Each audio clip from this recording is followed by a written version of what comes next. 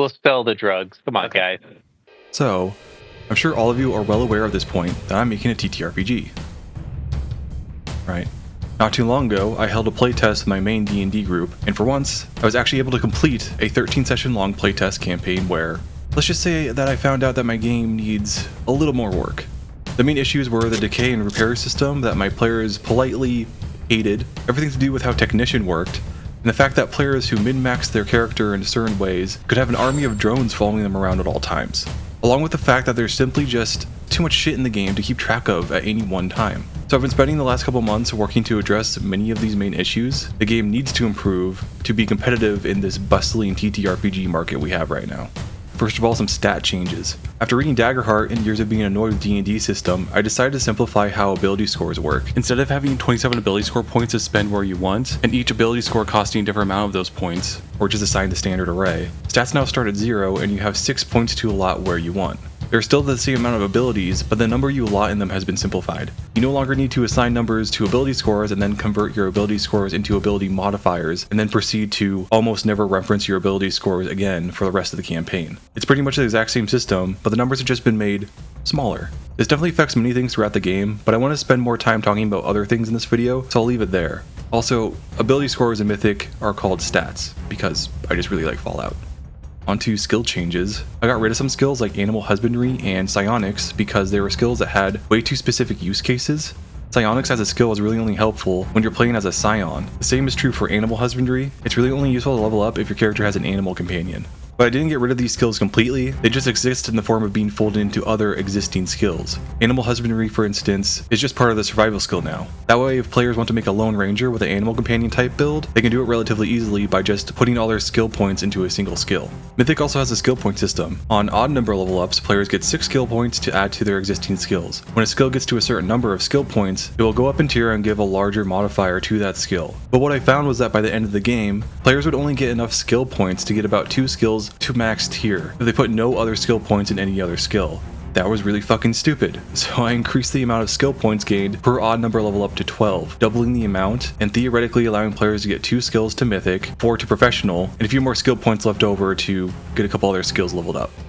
Moving on to species changes. I don't want to go over all the changes I made to the species, but I do want to touch on how synthetics work. In Mythic, synthetics are robots or other types of machines that gain unshackled AI. This allows them to have intelligence on par with any living being. There are notable mechanical differences between synthetics and other living species, like how they need to use repair kits instead of stim packs to heal outside of rests, and cannot benefit from augmentations, medications, and suffer from poison or stress. Originally, synthetics couldn't use armor modifications and had to use upgrades from the automatons and drones modifications and attachments section. The problem being that those upgrades really weren't balanced for players to use. For instance, there were several upgrades that bestowed a +2 or more to base stats based on what tier you bought. So a tier 1 strength upgrade would permanently increase a synthetic's strength by 2, and a tier 3 strength upgrade would permanently increase a synthetic's strength by 6, each tier bonus increasing by 2.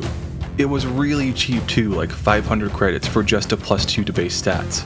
If you're a DM watching this, you're likely as stunned as I was when my players suddenly messaged me about buying multiple synthetic upgrades, since players are supposed to get about 2k credits by the time they get to level 2, meaning this player could buy several +2 upgrades to base stats or 2 +4 upgrades to base stats. I know I was screaming internally when I heard this because in D&D 5e, the game Mythic is based upon, giving players a +2 item is considered game-changingly powerful, whereas giving a player a +3 item is considered borderline game-breaking.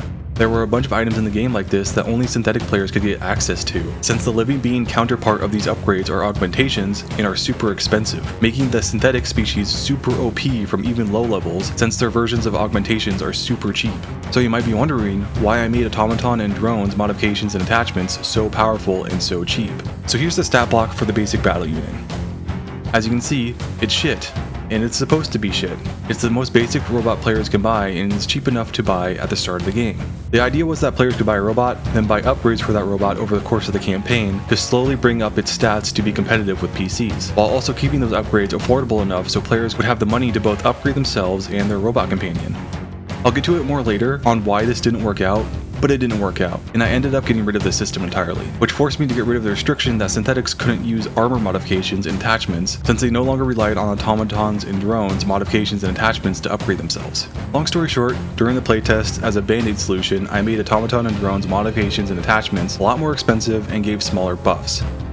Species in Mythic also get upgrades as they level up. Synthetics specifically got an improvement at level 4 that allowed them to get a +1 level in STM to 2 separate skills, which essentially just gives them a +1 to a modifier of a skill. This species improvement was used further to min-max an R&D build to ridiculous heights at very low levels, so I changed it instead to give synthetics +2 charge slots at level 4, since charge slots are most commonly used for armor attachments, abilities, and are generally robot related. Getting into some combat changes, starting with ambush. Back when I was first writing this game, I decided I wanted to get fancy and make ambush a lot more complicated, where in D&D, when you successfully ambush enemies, your party just gets a free round where enemies can't do anything for that round. Very powerful, very easy to DM. I want to make a more interesting version of ambush, where when it's successful, players roll initiative like normal, but for the first round of combat, all PCs or NPCs that are surprised suffer penalties including only having 2 actions, suffering half speed, and suffering a tier of snag to all rolls, including their initiative rolls. So it was supposed to be a debuff that for the most part only affected round 1, but that tier of snag to rolling initiative would have made sure that ambush felt impactful for the entire combat encounter. Little did I know that this is really hard to effectively apply in combat encounters. I had one situation where players did not successfully gain an ambush round, but the synthetic player's robot companion did. So what am I supposed to do in that situation? Technically, enemies are surprised by that one robot companion, but not by anyone else. So should enemies get a debuff from a single ally NPC surprising them? And what if the same happened to players at some point? Should players get a debuff in round 1 of combat because one enemy NPC got an ambush on the players?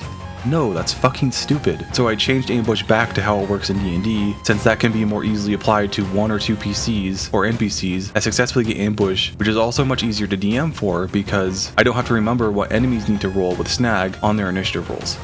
Several actions got minor alterations, not a lot worth talking about, but the action Careful Aim was removed from the game. It was a very popular action to take during the playtest. Players would often make their first attack, not move, then use their second and third actions to Careful Aim and fire a second time, basically without recoil, since the tier of edge they gained from the Careful Aim action potentially was enough to counter the -5 recoil modifier of the second attack in a single turn. I don't like this because I would much rather have players use their third action to make more interesting choices, or just move, or use an ability or item, rather than just stand in one place and shoot every turn. Not to mention that going prone in this game already gives players a tier of edge to all ranged firearm accuracy rolls, so players potentially could easily break the game by just going prone, using the Careful Aim action to get 2 tiers of edge for their first or second attack action, and with certain abilities like the sniper perk, could even get 3 tiers of edge for accuracy rolls very easily. I want players to find a bunch of ways to stack edge, but I don't want it to be that easy. At least with prone, there are advantages and disadvantages to doing it, where taking an action to Careful Aim is boring and has almost no downsides. Let's see, perk actions needed some fucking work. Going through all of it will bloat the fuck out of this video, but essentially technician abilities were really OP because abilities they have that functionally do the same things as some Scion abilities can do, like mind control abilities, technician abilities were just better versions of it. For instance, technicians have the Technician Tier 2 ability Hack HUD Mass, which allows them to potentially make several enemies attack each other. Scions have a similar Scion Tier 2 ability called Assume Control, but it's only a single target, making the Technician version objectively better. I fixed that and made ability scaling more comparable between the two. Woe is me, for my mind is smooth. And I'm far from done from revising perk actions. Some perk paths just need a straight up complete overhaul, unfortunately. Let's see, massive damage and lingering wounds have been removed from the game because I and players, but mostly me, could never remember that it was a thing that needed to happen in game. Massive damage occurs in the game when a player suffers enough damage in a single round to equal half their health. The same goes for lingering wounds, but only if you lose all that HP and fall unconscious at 0 HP. Lingering wounds, I think, sounds cool in concept, but I think would be really annoying in practice. I think it betrays the power fantasy of the game, not to mention that it's really only a present feature at low levels, when it's common for players to take enough damage to equal half their health, because their total health pool is just a lot smaller. It also required me to include things like robotic limbs of varying quality in the game, so that players could replace the limbs they lost, but they got really overcomplicated in their application, so I just removed it all to keep the game simple. Okay, here's one of the big ones, decay and repair changes. So I originally got the idea for my decay and repair system from XP to level 3's Fallout TTRPG. I really liked it in concept, and I really wanted to include it so Mythic could be used for a Fallout-like setting, or for a setting where players are soldiers out in the field for a really long time and their gear starts to degrade, creating interesting situations where their own gear becomes unreliable and they have to loot enemy gear for replacements or something. I modified it to fit into Mythic better, but in practice, my players really didn't like this system. Essentially, when players rolled a 1 on their accuracy rolls, their weapons would suffer a level of decay, LOD, which would apply a -1 to accuracy rolls for that weapon until it was repaired. When dropping to 0 hit points, players' armor suffered a level of decay, which would reduce the armor's AR by 1. The debuffs would compound, so if a weapon has 5 levels of decay, then it has a -5 modifier to accuracy rolls, where if armor has 5 levels of decay, it has a -5 modifier to AR, which AR is the same thing as AC, essentially. LOD 6 was considered broken and unusable, but still repairable. Players could repair their weapons and armor during brief and extended rests. For brief rests, they could attempt to repair each item once. For extended rests, they could attempt to repair each item twice, and they could make infinite repair attempts on items during downtime. Repairing equipment was done by making R&D rolls, where you rolled a repair check with engineer tools. The DR you needed to meet or beat was determined by the level of decay an item had. The DR was the level of decay, doubled, and then added 10 to it. This was referred to as the repair DR. When repairing the item, you reduce its level of decay by 1 level. If you roll a natural 20 on the repair check, you reduce the level of decay of an item you are repairing by 2 levels. In fact, I think I later changed it so that if you rolled a nat 20, you just keep making repair checks until it has either no more levels of decay to repair, or you fail once, but I don't remember at this point. It was also featured in the game that weapons and armor with levels of decay could be sold from vendors' randomly generated inventories. The idea being that players could buy shitty guns and armor with levels of decay and fix them up during downtime for cheaper purchases. Things with level of decay would have 10% of their total value reduced per level of decay. Except that immediately created an issue in that players could buy very powerful guns with LOD 6, which means it's broken and unusable, and repair it to 0 levels of decay in a single downtime, since originally there was no cost or consequence to repairing things during downtime. This was a problem because in RPGs, really good weapons and armor are very expensive for a reason. They're not balanced for low-level characters. If you manage to get an anti-materia rifle in Fallout New Vegas at a low level, you're not going to be very accurate with it, but when you do hit, it's going to hit like a fucking truck. So I tried a band-aid fix. During the playtest, I made it so making repair attempts on equipment cost 10% of the item's total cost. That way players couldn't infinitely make repair attempts on items and potentially get really powerful weapons at low levels. My players really didn't like this, to say the least. 10% of the item's total cost could get really pricey per attempt pretty fast, and players really didn't like that they both needed to spend money to make repair checks and potentially lose money without gaining anything if they fail their repair checks. After the pushback, I dropped it to 5% of the item's total value, but it was clearly a bigger issue. The next issue with the system was that it revolved almost entirely around making R&D checks. Players didn't like being incentivized to have a character in the party that was good at R&D to make all the repairs for everyone's equipment, or being forced to make their character good at R&D at least a little, just to make sure their weapons and armor stayed in good working order. My players recommended that, at least for weapons, they could use their weapon skill to repair their weapons, so it's not just one character doing all the repairs, or forcing everyone to invest at least a little bit in R&D. I wasn't super into this change at first. I really didn't see an issue with every party needing an R&D focused character to fill the role of the group's repairman in a role-playing game, but I kinda understand where they're coming from. It does suck not being able to simply have your character be able to take care of themselves and their own equipment. So I made a change to the system that for weapons, players could use either an R&D check or a weapon skill check to repair their weapons. Except the problem with this is that you don't add your base stats to weapon skills. That's the big difference between normal skills and weapon skills in this game. You know, when you add a base stat to an accuracy roll or a damage roll, it's customized by the weapon, not the weapon's skill. You know, for instance, an accuracy roll for a pistol is 1d20 plus dex plus ballistic weapons STM. You're not adding dex to the roll because you're always adding dex to ballistic weapons STMs. You're adding it because that is what the weapon itself calls for. So if players are making repair checks with weapon STMs, they're objectively at a disadvantage for repairing their stuff than just having the person with the best R&D in the group do it all, since R&D STMs have the base stat plus the skill training level added together for every roll. So I was literally making the game more complicated to have what was originally true still be true from a min-maxing point of view, that just having a PC that was good at R&D do all the repairs was still the most optimal option. I was just appeasing my players at that point and bloating an already bloated system.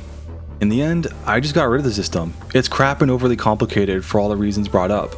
I think players will enjoy the game more without needing to keep track of the -1, 2, or 3 modifiers based on the LODs of an item.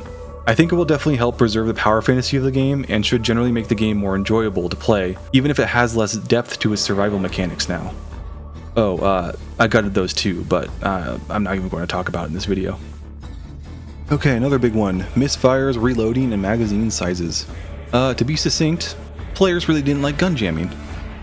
In Mythic, if you roll a 3 or lower for your accuracy roll, without adding anything to that roll yet, your weapon jams and you have to make a repair check to unjam the weapon. The repair check had all the same issues as I mentioned before with repairing equipment, other than unjamming doesn't require you to spend money. The DR to unjam your weapon was different based on what you rolled. 3 was DR9, 2 was DR12, and a nat 1 was a DR15 and caused a level of decay.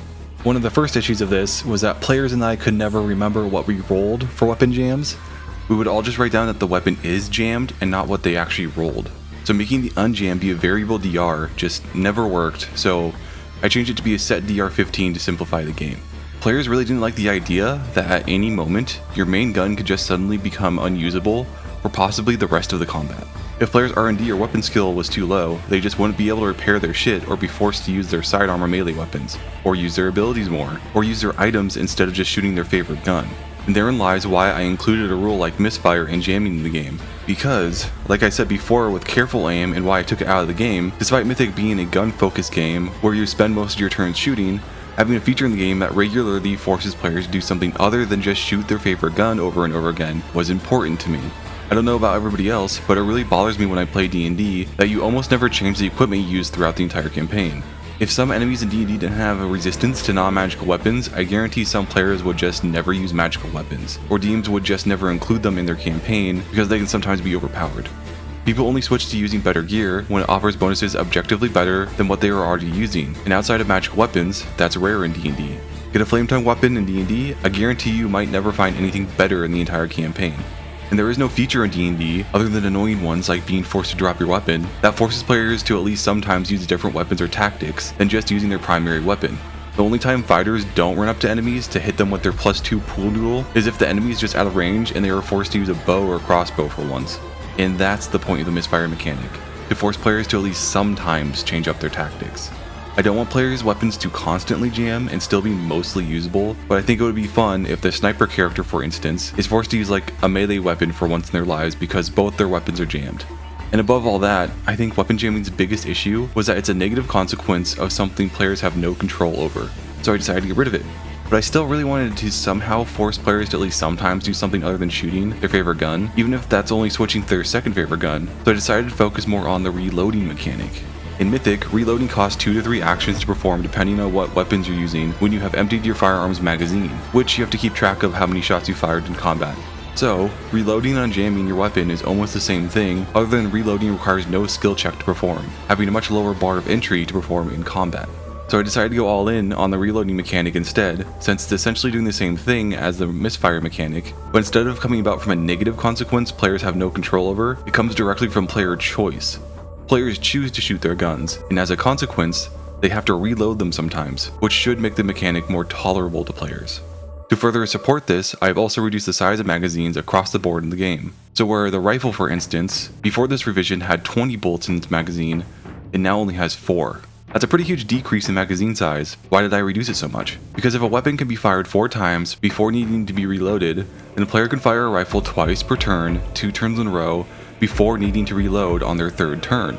Combat encounters in Mythic are like in D&D, where they last on average between 3 to 5 rounds. And if players need to reload semi-consistently on the 3rd round of combat, then it's almost guaranteed that players will need to reload their weapons at least once per combat encounter. Of course, this is all under the assumption that players only shoot their guns twice per turn and have a weapon with a magazine size of 4.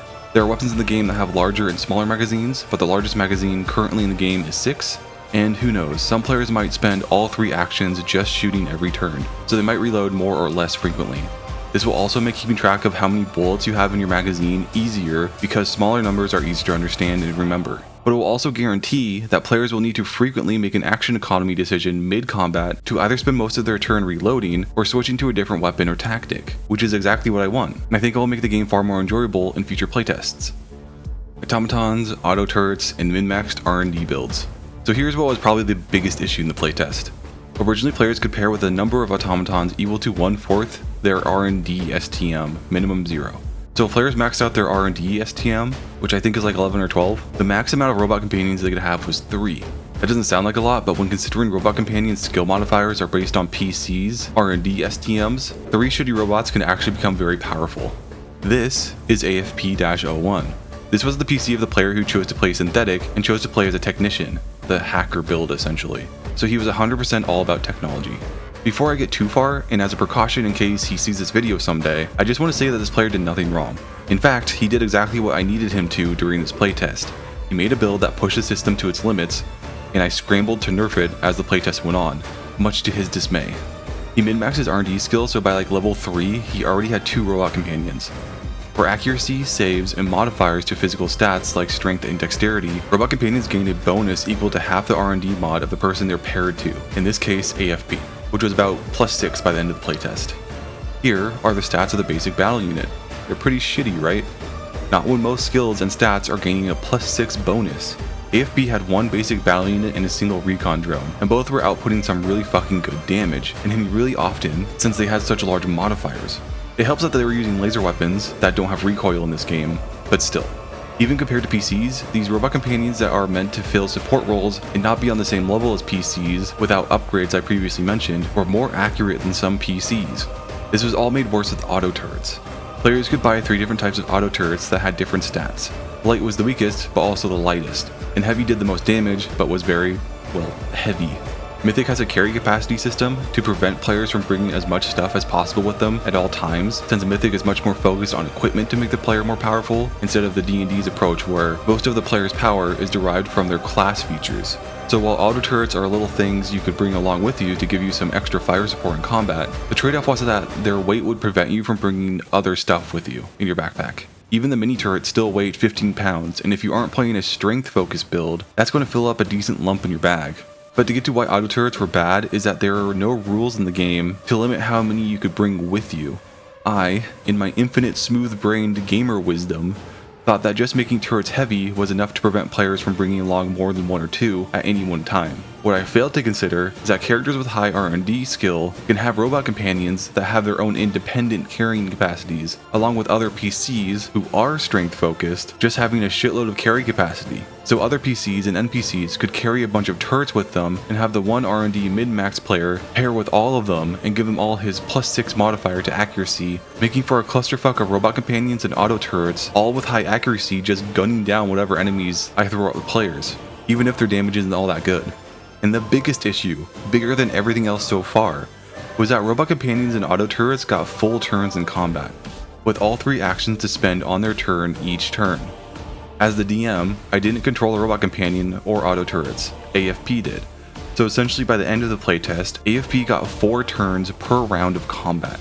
I shouldn't need to say it, but I'm going to say it. It's fucking insane, and I was stupid as fuck for thinking any of this was okay while I was making the game before the playtest. Giving a single player the ability to take so many turns per round is fucking migraine inducing. The fact that one player just got so much more action economy over every other build was crazy to allow. I mean, he had 2 robots that could do anything a normal PC could.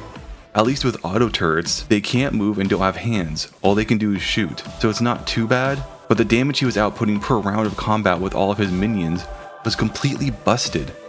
So what am I doing to address all these issues? First of all, like I mentioned before, I gutted the automatons and drones section.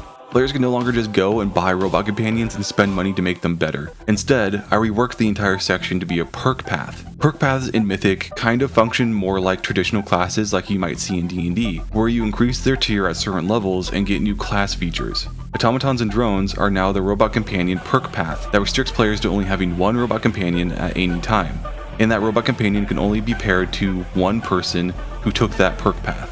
This way, at most, players can only double the size of the player party if every person takes the robot companion perk path. The first tier of the robot companion perk path isn't that great either. The tier 1 version is essentially like an iBot from Fallout, so they only get 1 weapon and don't have hands to manipulate objects with, along with only getting 2 turns on their turn. So, unless a player is investing in the robot companion perk path to get to at least tier 2, which takes 4 levels to get to by the way, they won't get that much use out of it. I also made it so robot companions' turns always come after the player who is paired to the robot companion, so the players only need to roll 1 initiative roll per each combat encounter. Just a little optimizing. Tier 2 robot companions is where the perk path really becomes useful. The robot companion gains a human-like torso and arms, but no legs, still floating. This way the robot companion can manipulate things with its hands, use weapons other than its integrated ones, and you can choose a focus for it. The focuses are Vanguard, who fills a more tank role, Utility, who buffs friendlies, debuffs enemies, and heals, and Assault, who is all about sneaking and doing a shitload of damage. Tier 3 is an improvement over Tier 2, but not a massive one. The Robot Companion stats get a bit better, and they can pick some extra abilities along with gaining legs. Robot Companions, no matter what tier or focus, all come with set stats now. Their stats are no longer based upon a player's R&D stat or buying upgrades, making the perk path worth taking for any kind of build now. But repairing the Robot Companion during rests is still dependent on yours or someone else's R&D skill. Well, if you don't have repair kits. So it's still a good idea to have someone with good R&D in your party. And unlike synthetics, the player species, Robot Companions do not get hit dice and must be repaired through R&D checks and repair kits to heal it all. As for auto turrets, it is now canon within the rules that players can only have one auto turret at a time, where before it took 3 actions to deploy a turret and it got a full turn in combat, making it a thing you're supposed to set up before a combat type thing. Now they can be put down or picked up as a single action and only get a single action on their turn in combat that comes right after the turn of who deployed it. There's just one type of turret now for simplicity that uses the mini turret stats, the idea being that buying upgrades will be the thing that differentiates one player's turret from another. Just like Robot Companions, turrets now have set stat blocks and are no longer reliant on the R&D skill, but also can only be healed via repairs from R&D skill check or repair kit, making it much more usable by all builds, but most optimally by R&D builds. The last thing I want to touch on is AR creep. AR in Mythic is the same as AC in D&D, which is armor class, the thing that prevents you from taking damage. Now, let's meet Korra Cod, Korra for short, or at least his character sheet. Pretty cool, right? Very neatly made, good handwriting, overall pretty good character. You know what isn't cool about Korra? His AR. Yeah, believe it because you're seeing it. At level 5, the highest level my playtesters got to in the playtest, which is only half the total levels in the game, he was able to get his AR up to fucking 25. 25. If there are any DMs listening to this, I know you're striking the pose like Edvard Munch's famous painting The Scream right now. Because even in D&D, an AC that fucking high is ridiculous. And I'm sure you're wondering the same thing I was when hearing about it. How the fuck did this player get his AR so high? Now, again, just like before, the player who made this character did nothing wrong. He did what I needed him to and pushed the game to its limits, which allows me to now patch the game to reduce the AR creep issues the game obviously has, improving the game overall. With that out of the way, let's break down his build. First off, Korra is a species called Chthon. Chthon's species bonuses are Strength +2, Resolve +2, Intelligence -2, Insight -1, and AR +1. Yeah, they get a bonus to AR at level 1. But it's only a +1, what's the big deal, right? Well, when Chthons reach level 4, they get another +1 to AR for a total of +2. But again, what's the big deal? It's a measly +2 to AR. Well, let's take a gander at his perks. He took the Toughness perk, which gives him another +2 to AR, along with the Akimbo perk that gives him another +1 to AR while dual wielding weapons. Okay, his bonus to AR without even looking at his armor yet is already +5. It's already getting pretty high just for a bonus. Now let's take a look-see at his gear. Looks like he's got a light shield, which gives his player another +1 to AR, with no downsides. That's super cool. Bringing his bonus to AR up to +6 without even considering his armor yet. Uh-oh. Now, let's finally look at his armor. I know his character sheet reads medium armor, but I confirmed with the player that he was using heavy armor by the end of the playtest. Which makes sense, he was a strength build and heavy armor in Mythic scales off his strength, unlike in D&D, where the heaviest armor in the game has a set AC. In Mythic, heavy armor AR is 14 plus player's strength modifier, resulting in Korra having an AR at the end of the playtest of 19, but when we add that +6 to it, and suddenly, we get the 25 number. It got even worse because in the final fight, AFP used a technician ability called Bestow Energized Armor, but used its tier 2 variant to give Korra another +3 to AR. So in the final fight, Korra had an AR of 28, and the big bad evil guy I made literally couldn't hit him without using attacks that required saves. It was all pretty fucking stupid. So what have I done to address all this to stop it from happening again? Well, in D&D, I personally think getting an AR of 22 or 23 should be the cap. Going beyond that makes for characters that are near impossible to hit. Unless you're playing Baldur's Gate 3 and have nearly 30 AC, that doesn't seem to matter at all. Yeah, I'm salty. So I scrubbed through Mythic and changed a bunch of stuff to get rid of AR increases where I thought I could.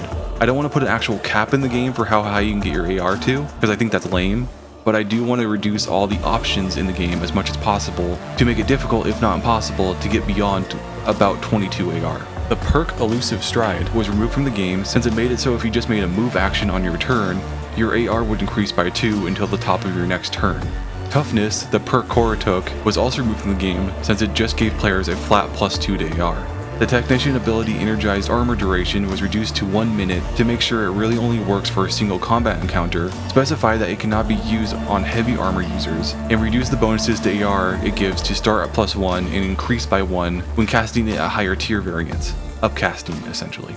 Korra was also using an armor attachment called Power Exoskeleton that gave him a +2 bonus to strength, which is how he got his strength to +5 in the first place. And since heavy armor scales with strength, that means powered exoskeletons directly raise the AR of heavy armor. So all forms of powered exoskeletons got a nerf in how much strength they give a player to start at +1 and increase by +1 per tier. And while I was in the neighborhood nerfing stuff, I decided to remove the AR buff for Tesla repulsion armor. And the last AR nerf I made was actually an augment that players never even saw, because they never had the money for it. It's called subdermal armor, which is essentially semi-organic plates of armor installed under the skin to give players higher AR. It originally boosted AR by +3, but after all the rigmarole I went through with the last playtest, I'd rather be safe than sorry, and I reduced the bonus down to just +1 to AR. So it's a very expensive augment now for just a +1 bonus to AR, but I know min-maxers will pay whatever they need to get that small boost no matter what. I had to make changes to the Chthon species too, because the AR bonuses it got for just existing was a nuisance. So I made a simple change of making Chthon bonuses to AR be instead bonuses to fortitude saves. I'd much rather have a character harder to poison or trip than be nearly impossible to hit in general without forcing them to make saves. Lastly, let's talk about shields. This is the light shield. It's dirt cheap and gives a PC +1 to their AR without any drawbacks. That was fucking stupid design. And my players very quickly noticed how cheaply they get a +1 to AR with it. So this is how I changed it. First of all, Light Shield was removed from the game. I couldn't think of a reason why Light Shields should have a negative consequence to using them. The whole point of them, in contrast to other shields, is that their bonus to AR is smallest and didn't impede the PCs at all. But that's also its main problem. So I just couldn't justify keeping them in the game. At least medium and heavy shields take up a hand, so you can't effectively wield two-handed weapons and a shield at the same time without debuffs. Or unless you have multiple arms, or are really fucking strong. I also gave shields weapon descriptions and stats so they can be used as weapons. So if you want, you can wield multiple shields like in Dark Souls, or throw them at enemies like Captain America. Okay, so I'll leave it there for now. After the last 2 mega videos I made about Dark Souls Daggerheart, I'm all tuckered out. The actual patch notes for the first big revision of Mythic are about 36 pages long, and that's not including the overhauls I'm making to spaceships and space combat that wasn't playtested.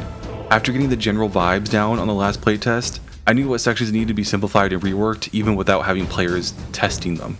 But if you want to know how space combat is generally meant to work, think FTL, that space game that blew up like 13 years ago.